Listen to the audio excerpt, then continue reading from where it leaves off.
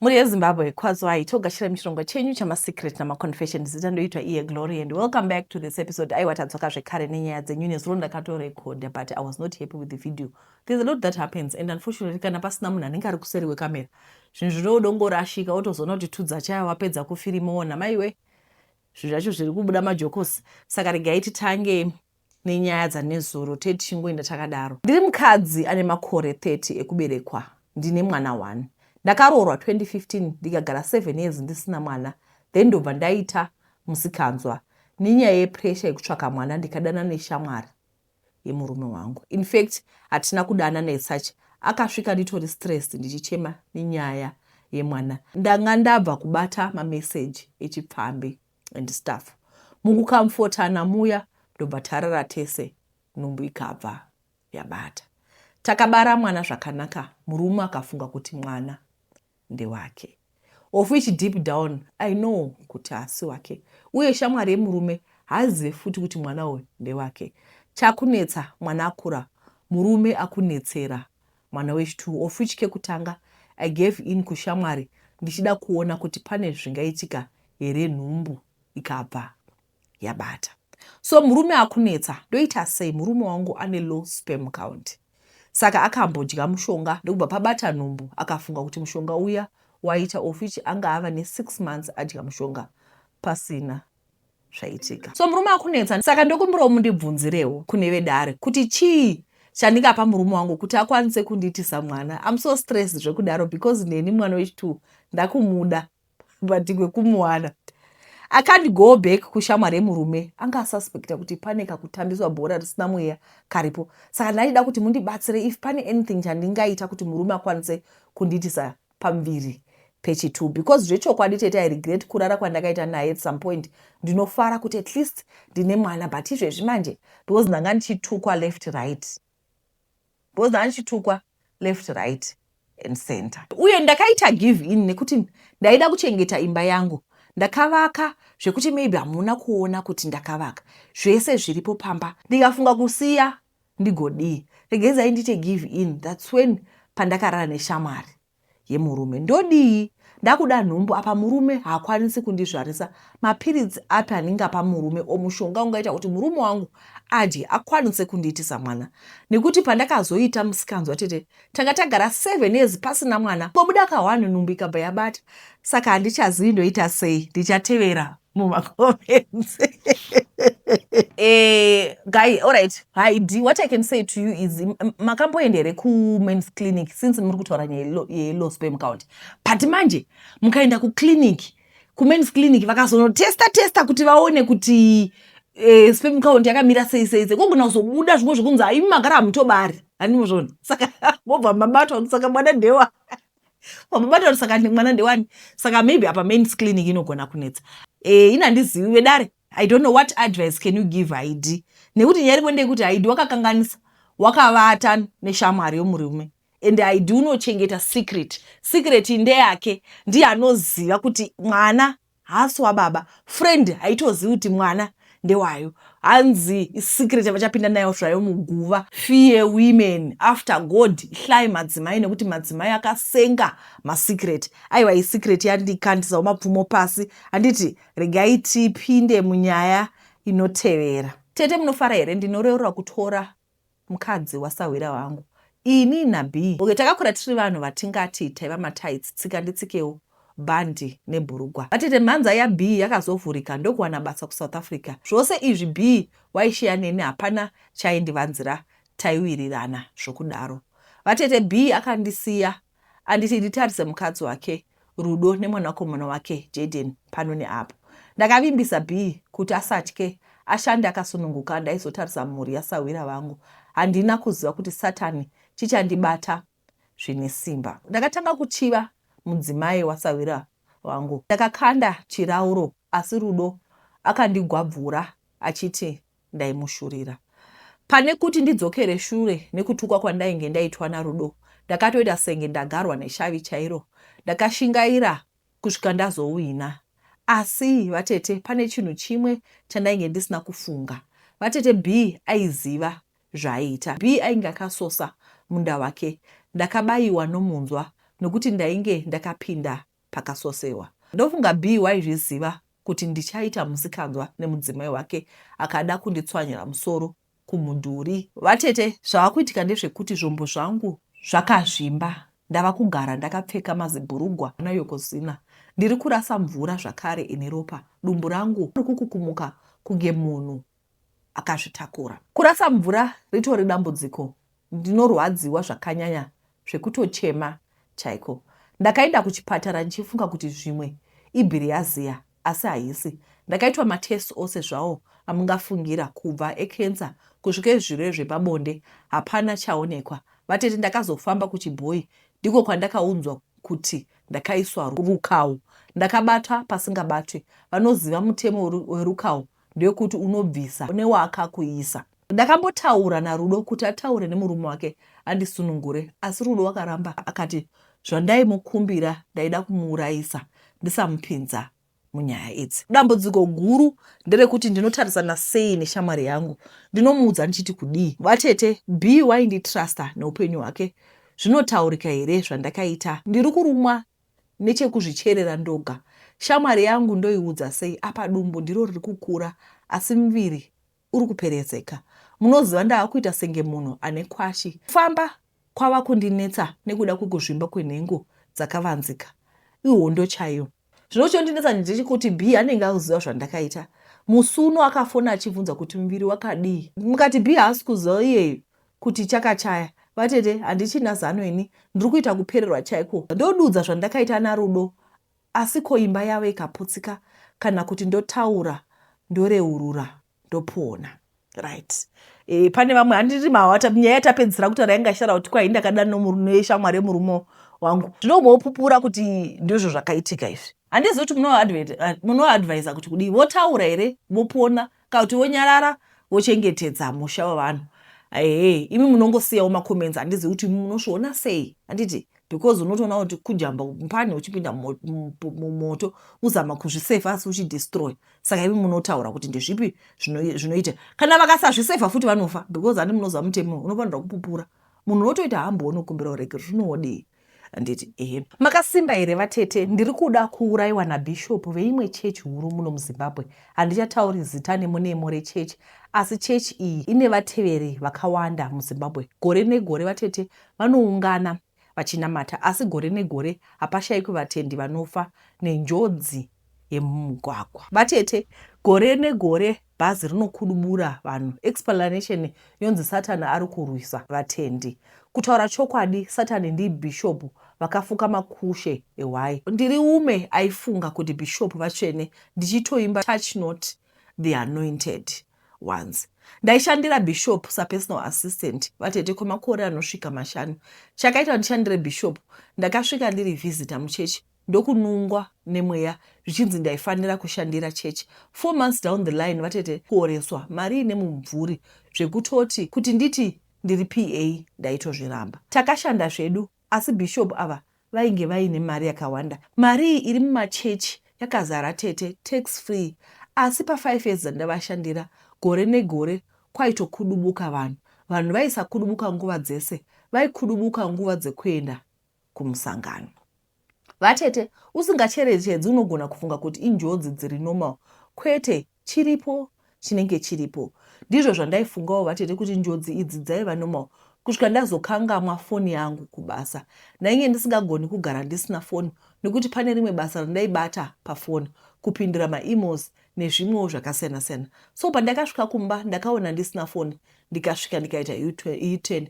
Bhishopu vainge vataura kuti vane important visitor. Ko ndaigozivei kuti ndichasangana nezvichandishoka? Ndaiva nemakids angu espay. Ndainge ndapiwa nekuti bhishopu vaiuya kubasa zuva rakwira kana kwadziya. Ndakanzwa mavoice aitaura nechimwe chirudzi chandisingazivi kuti ndechipi. Vatete, pekutanga hazvina kurejista kuti pangadaro pane zvinoitika. Ndakangotiwo kuda bhishopu ane wainamatira, handiti munhu wevanhu here, saka kuda dhimoni rainge rarira nendimi. Zvandakaonaka chero kugehena hakuna zvinhu zvakadaro. Ndakaona bhishopu vari pabonde neumwe murume. Vatete, muofisi mavo dhoo rainge rakavhurika, havana kufungira kuti pangaita munhu angapinda. Vatete, bhishopu here chokwadi munhu anoparidza zvekunotsva kudenga.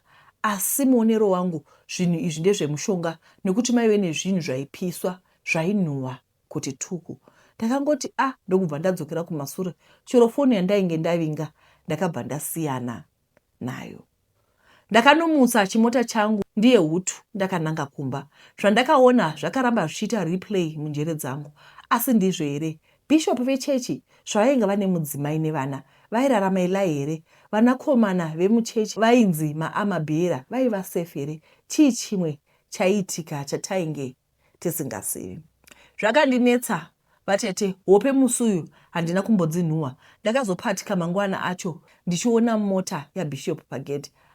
Vaiziva sei pandaigara? Handina mbobvera ndaita discuss navo, saka vainge vaziva sei? Vatete vakauya vakati ukataura chero zvawaona ndinokuisa pfuti. Vatete ndinoziva Bishop havasi kutamba, pfuti vanayo ndakamboiona musefu umwe musi. Ndakatizira kumusha kusina nondiziva, ndikanyepera kupenga nokuti vanenge vari kunditresa mafambiro angu. Handichina mufaro, ndoziva chero ndikada kunoripota hakuna kwazvinosvika. Munhu anozikanwa vatete, ndotizirepiko? Izvezvi ndoziva vakaona nyaya iyi vachaziva kuti ndini. Tete mukanzwa kuti ndafa, udzai nyika kuti Bishop ningi havana kuchena. Saka kana pakadaika pakaoma. Right, kumachechi uko zvakaoma. Hanzi havasi vese vanoti Mwari Mwari vachariona denga. Pane vamwe vakasiya macomments pano. Zvinhu zvacho pane makauya vakasiya zvikai zvino zvinyaya zvenyu zvinonzenzeka stories muchiri vanhu munozvibhilivha. Ndikangoti zvakaoma. Zvinhu zvacho regai tipinde munyaya inotevera. Pane nyaya dzandakatumirwa during the weekend. Hanzi ndakanga ndichiwacha zvangu panze, saka handina kunzwa mafootstep emunhu. Iye akasvika kwakununga foni yangu yainge iri pasi, kwakuti vhura foni yako. Ndikati maoko akatota, akatora foni yangu ndokuipotsera kumadziro. Foni yakatsemuka screen kwayo. Akati wanga uchitaura nemunhu wako. Ndikati it's fun. Ndikamuti with the way you did ina handichakudi, enda hako. Akaramba asi akazoenda. Indakaona kuti handina kwandosvika nemunhu asina chaari kuisa patable. What he knows is to hack my number. No man. Akazoya ndisipo. Kwakucheka meti yepanze yemutoilet, cause toilet iri panze. Kwakuti nhasi ndinomuuraya. Akanyora chat, ndopaperera upenyu hwako. Nhasi, this is your last breath. Ndikarara kumba kweshamwari yangu for some days. Achiuya achipopota. Mumwe musi kwakuuya achiti nhasi ndoda kumuuraya. Akamira panze, landlord wepamba pandaive kwakuridza pfuti. Kubva ipapo hatina kuzomuona. After 2 weeks takamuona akagara munzira. Kwakuti wakandipa chirwere. Ndakati why you didn't tell me about it musi wa 26 December pataiya kumaporisa. Now wakutaura nekuda kwekuona kuti ndakuramba. Remember, taidzivirira. I did sleep with you directly 2 times muna January 2025. Kubva ipapo why usina kutaura? He said I was waiting for this time and this is my time. Kwakunogara. Kwaanogara vanoti anopinza vasikana at any time. Today tamuonazve akatimirira makuseni kwakuti nhasi hauende kubasa. I'll kill you today. Even ukaenda kupolice, they won't do anything. Kana ukatora peace order ndokuuraya usiku wacho. That's my story. I don't have peace. Anotaura pazere vanhu kuti ndinono maperiods chero paataurira. Saka iyi inyaya yatumirwa naHaidhi. Haidhi ari kuti mukomana aroda kumuuraya because anzi anomususpect. I think this is a very abusive relationship. Maona kuti kwai akasvika akatora foni akatonga uchitaura nani akaiputsira kumadziro. There are people who are very toxic. There are people vanochengera. Ukaona uchida nemunhu akadai, ziva kuti ukasamuramba uchaenda kumba wakasenga maruva pachest. Unowaza maruva aya unowasenga pachest wakananga naN1. Madzimai, I don't know. Kana ukangoona red flags ekuti munhu anenge munhu anenge ari abusive, vanhu run with your lives. Anditi, alright, regai tipinde munyaya inotevera. Makadi tete, thank you for what you are doing. It's really helping. Tiri musikana nemakore 26. Tiri 4 mumba medu. Baba vangu pavakaroora mai vangu. Vanhu vekumhuri yababa vangu vaisavada vachiti baba vangu vakaroora chembere ende vanga vaine mwana wavo. Baba vangu vakazowanirwa nyasha vakaenda kunze ndine 2 years vakasiya mai vangu vane pamuviri pehundreds. yangu. Gogo vangu vakanga vakuita full control yemari yababa vangu nekuti mazuva iwayo kwainge kusina mafoni. Vaiti baba vangu vakatumira mari, vaitora amai vangu vonovatengera peki yemabiscuits, tomato sauce ne2 liters yemazowe zvotopera. Pakazonobatsirawo mama vangu, gogo vakaenda kunodedzwa, vakatiza vachibuda neback door. Then sekuru vakazoinda, pakazouya gogo kuzoona mwana, vakaona mwana akafanana sekuru, ndokubva vati mama vakaura nasekuru dhedhi vangu vakabva varegera kutumira mari kumba. Fast forward, dhedhi vakazoita girlfriend ikoko. Gogo vaita kuuya nemafone calls vachitaura nemukadzi uya kumba kwedu. Dhedhi vakazoya futi rimwe gore, vakasiya mama vane pambiri vomunin'ina wangu. Gogo vakati mama vanopinda-pinda, so dhedhi havana kutambira munin'ina wangu zvakare. So kubva achikura vaiita vombomira.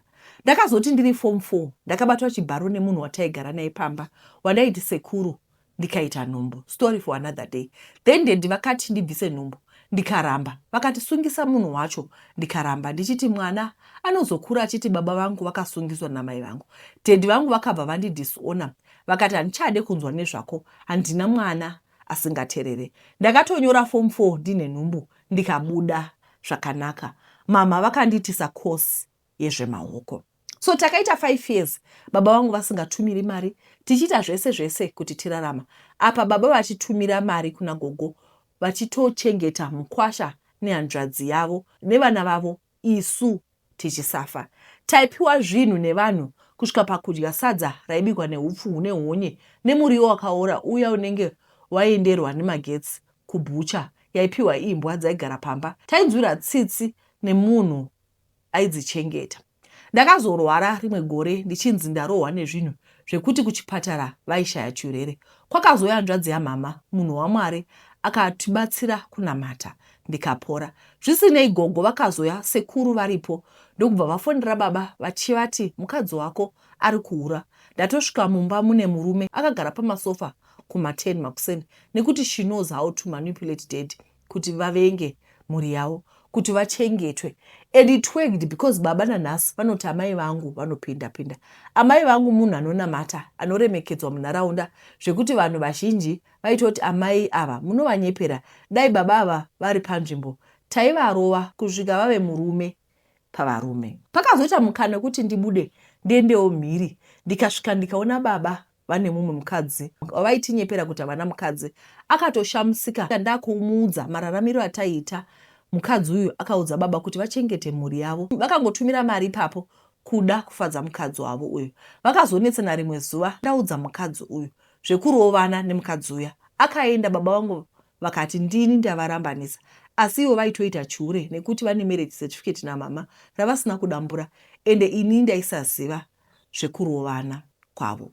Tete, baba vangu vane 9 years vasingazivi kuti mhuri iri kugara pai, iri kudyei, mwana wekupedzisira anopfekei, kuchikoro anoendepi. Ndakanga makukuudzai kuti ndakaita a beautiful baby girl. Baba vangu vakati havadi kana kumuona kana kunzwa nezvake, zvekuti vaiti vakafona mwana aitoziva kuti sekuru havamudi, aenda mune imwe room kana kutorara chaiko. So all these 9 years baba vangu vanochengeta gogo, which is not bad, but kuzochengeta murume wehanzvadzi nevana vake. Tete, I'm bitter with my dad and grandma because we suffered, because ivo vachiona chikafu isi tisina. Ndaitonyara kunzi ndina baba vari kunze nezvandaipfeka kana kudya, asi God is faithful. I'm now able to take care of my family without my father. So ndiri kuda kubatsirwa kuti how can I forgive them, because inini zvaizvezvi ndotoshuvira kuti dai baba vangu vangofa, taziva kuti hatina baba, pane mabatirwo anoita amai vangu. Mama havana kana munin'ina kana hanzvadzi, vakakura vari nherera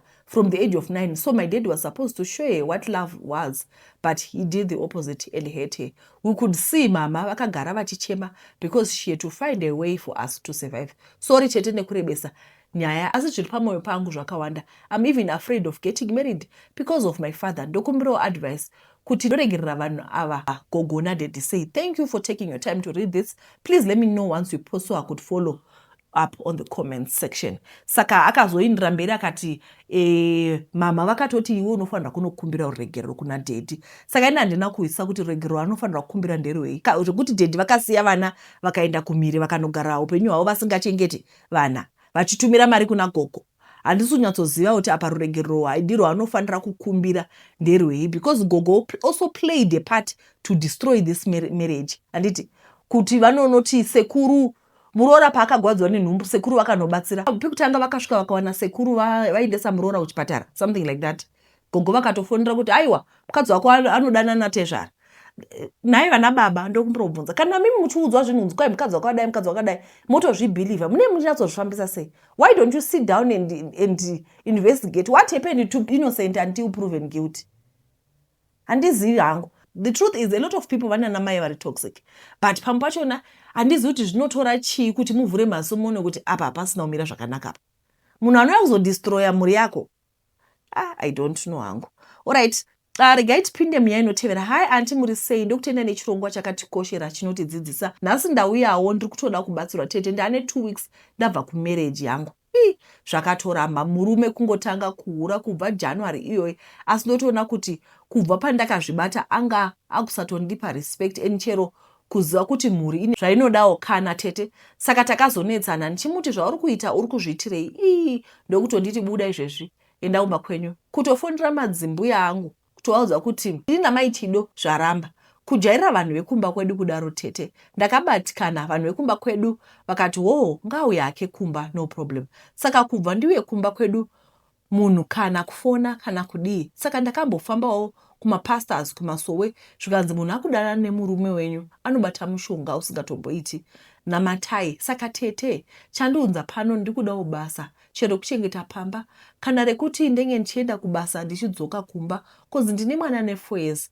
Ndakuchengeta mwana wangu tete, ndotengesa maperfumes, pati mazuva ano zvakadhakwa. Ndaimboita zvekunohodha kubhodha ndichiuya ndichitengesa, ndakazozvisiya ndichiti ndagarika. But now handina pekutangira tete. Ndakabva mumarriage ndisina kana pekutangira. Uku ndine mwana ndiri kumba kwavabereki vangu, but vanhu vakatoremerawo. Saka ndauyawo pano, kana pane anoda chero kunditora, chero kunze kwenyika kune basa ndorida tete, chero vanodawo kubatsirawo kuti titange zvekuita zvekuhodha kubhodha futi, chero anoda hake kudzoserwa mari, no problem tete, ndinomudzosera. Chero anoda kubata passport, ndiri munhu asina nungo, but stati ndiyo yanditambudza kuti ndoiwanepi, ndokumbirawo rubatsiro. Sure, ndo situation iripo. Saka vari kuti kana pane munhu ane musha wake arikuda kuchengeterwa kana imba yake, vanhu vari kudiaspora, please talk to her. Handizivi hangu kuti tingavabatsirawo sei, but ndoziva kuti panzvimbo, ndoziva kuti vazhinji venyu vane misha, mune muchitotsvakawo vanhu kubatsirawo vachichengetawo musha. If you are there, ndokumbirawo kuti mundi-inboxe. Bedweka handisiuza kuti why kamera iri kulosa focus, but zvakaoma hazvo. Okay, ndakasangana naGilbert nditori mugwenga chaiko, hapana chaifamba, chero munhu anoti good morning kwaiva kusina. Dry season chaiyo yangu yaitoda muprofita watete kuti aprofesize kuti madry bones akaoma ave neupenyu. Saka kuuya kwaGilbert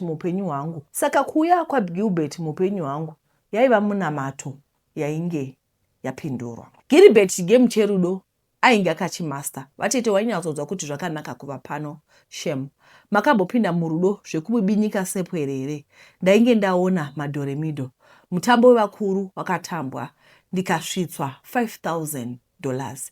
Ndikati hamuchiona, ndo vanonzi varume mbingaudo dzemashuwaudo chaidzo. Vatete handina kunonoka kuona maresults. After mazuva 3 ndakatanga kukwabvura kunyasi kwangu zvekuti ndaiti kana zvatanga ndaimbonogeza nokuti ndinenge ndava mumbaura yangu ndega. Ndakaudza umwe wangu zvainge zvandiwira, haana kupindura. Ndakafona, hapana akapindura. Ndakati kuda umwe wangu aita busy, kwava kuita WhatsApp call. Ndakapindura kuti use the money for your funeral. What? Ndakafunga kuti maybe mistake, kuda vanga vachida kuti fun. Vatete kuvafonera phone ndakabva ndablokewa. Chii chaitika? Zvataingova murudo tichinzwanana. Ndakatanga kubuda honye dzinotamba, dzinosheka. Vatete kuti ndisapera ndichifamba, ndava kutenga nyama ndopota ndichipfeka kuti ndisapera ndichifamba. Ndikasadaro hone dzacho hadzina tsitsi neni. Vatete apa nyama onyama, panopera zuva unenge wonhuwa kuti kutu. Handizivi kuti Gilbert aripi. Chandoziva ndechekuti wakaita utsenye wakashatisisa. Hapana here anoziva kunoroyonorwa urombwa hwemhando iyi. Vatete ndatambura ini. Ndokumbura kubvunza kuti kandi kana munhu ukatosangana nemurume waunenge watosangana naye papo unobva watorara naye apa mwana wacho unenge usingamuzivi. Ndozvandoda kubvunza. Why are we normalizing kungovata pose pawasvika ungosangana nemurume akati ndokuda motovata? Why are we normalizing that? Because munhu unenge usingamuzivi. Regai angongotaura nema-little sisters angu asati atanga kuita zvekuvata. Guys, panze pakaipa. Because unoona sekuti vanhu mune zhara yacho yakawanda stereki. Unomoti kwai muviri wangu wanga wonyanya zvonda ndogodizve. Izvozvo manje muviri uya unenge woboila.